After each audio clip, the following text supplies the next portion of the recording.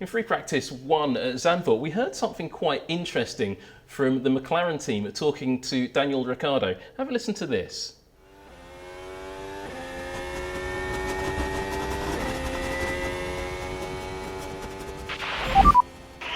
Daniel, we think we're triggering the AOM metric at the exit of turn 14 when you take the wider line. If you can take a tighter exit of 14, the track seems smoother.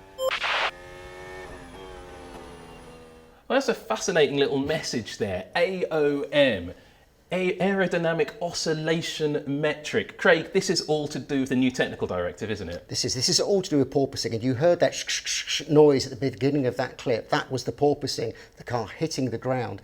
And we know that the FIA are trying to clamp down, and this is to protect the driver's health for obvious reasons. So that AOM is what that sensor measures in terms of the vertical force of the car going up and down.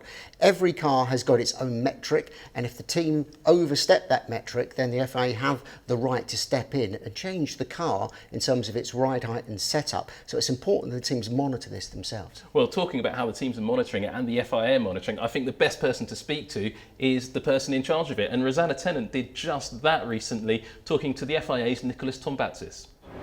All the teams have had to make some changes, or almost all of the teams, and we've asked them to give us a detailed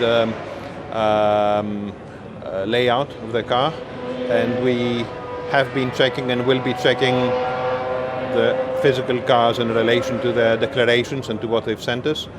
And essentially all the floors need to be a lot stiffer at the bottom now in order to have a level playing field between all the players. And I think teams have been quite collaborative in that respect.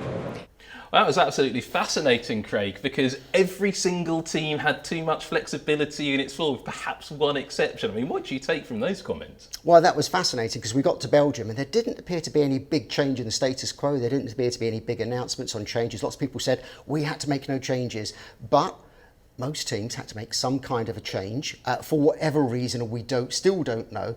But it just goes to show that this regulation is out there, it's being enforced, and it's going to make some differences as we go into the back end of this season. And I think we're not really seeing the true effect of that change at the moment. The Belgian Grand Prix at Spa, high-speed circuit, low downforce, it's not naturally a porpoising sort of place. You saw a little bit with the Ferrari at the end of the Kemmel Straight, but that was about it. Zandvoort, the average speed is so low that it's a little limited, so it's surprising to see here McLaren, who haven't really struggled with that all year, struggling with it here. Monza, the same, it's low downforce, high speed, maybe not too much porpoising.